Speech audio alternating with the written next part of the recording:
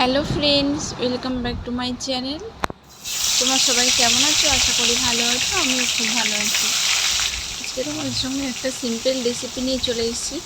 তোমরা দেখতে থাকো, আশা করি তোমাদের ভালো লাগবে। তো এখানে কাতলা মাছ ভালো করে ধুয়ে পরিষ্কার করে লবণ হলুদ মাখিয়ে ভেজে নিচ্ছি।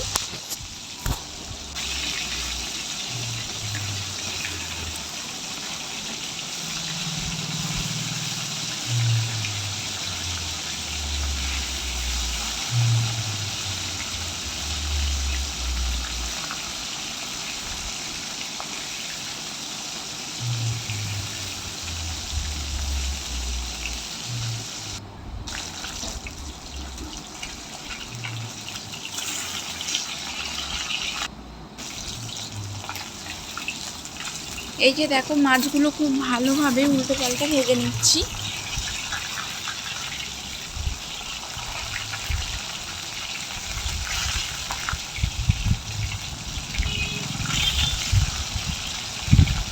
মাছের একটা সাইড হয়ে গেছে, আর একটা সাইড ভেজে নেব।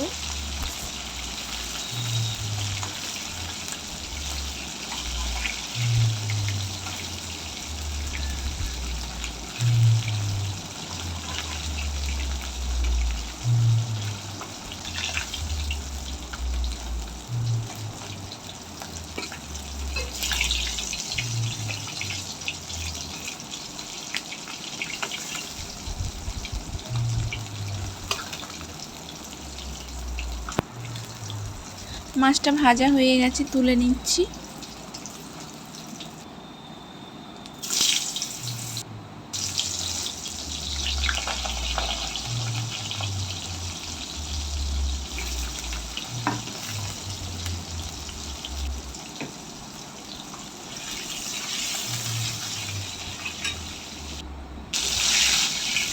তারপর ওই তেলের মধ্যে ঝিঙে কেটে দিয়েছি, ঝিঙেটা ভালো করে ভেজে নিলাম, ভেজে তুলে নিচ্ছি।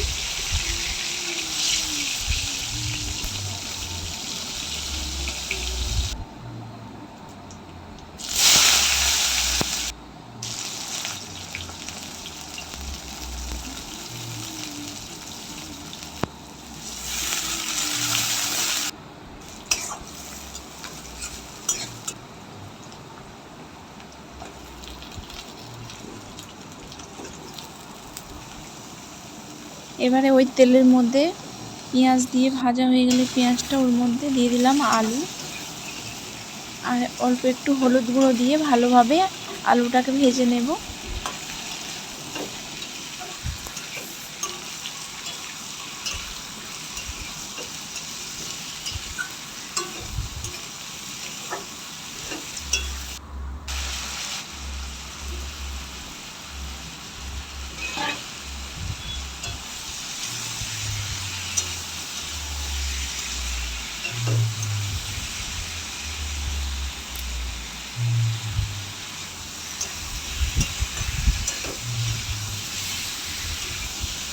এবার আলুটা ভাজা হয়ে গেছে, এবার এর মধ্যে দিয়ে দিলাম লঙ্কা গুঁড়ো, হলুদ গুঁড়ো, জিরে, ধনে আর টমেটো, লবণ আর স্বাদ মতো চিনি দিয়ে খুব ভালো করে আলুটাকে কষিয়ে নিচ্ছি।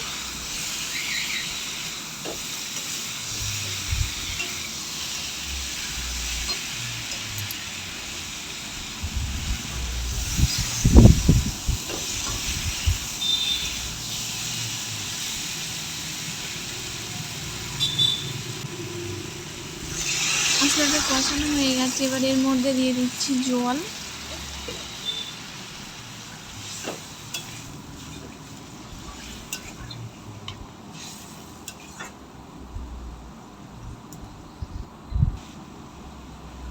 আর এই রেসিপিটা কিন্তু খেতে কিন্তু ভীষণ সুন্দর হয়, খুব সুস্বাদু একটা রেসিপি।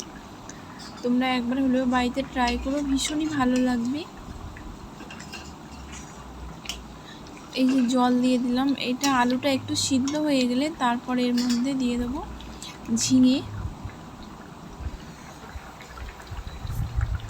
আগে ঝিঙেগুলো দিয়ে দিলে কিন্তু ঝিঙেগুলো অনেকটা গলে যাবে, তো সেই কারণে আলুটা একটু হালকা সিদ্ধ হয়ে আসার পরে ঝিঙেগুলো দিয়ে দেব, দিয়ে এইভাবে মিক্সড করে দেব। আর আমার পুরানো বন্ধুরা তোমার পাশে আছো, আমার নতুন বন্ধু যারা আছো আমার চ্যানেলটিকে সাবস্ক্রাইব করে আমার পাশে থাকার অনুরোধ রইল। আর এই যে দেখো মাছটা এখানে এবারে দিয়ে দিচ্ছি, আলুটা সিদ্ধ হয়ে যাওয়ার পরে মাছগুলো দেবো। কিন্তু আগে যদি মাছ দেওয়া হয় তাহলে কিন্তু মাছগুলো অনেক নরম হয়ে যাবে, আর তখন কিন্তু খেতে ভালো লাগবে না। তো ওই জন্যে আলুটা সিদ্ধ হয়ে যাওয়ার পরে পরে মাছটা দিয়ে দিলাম।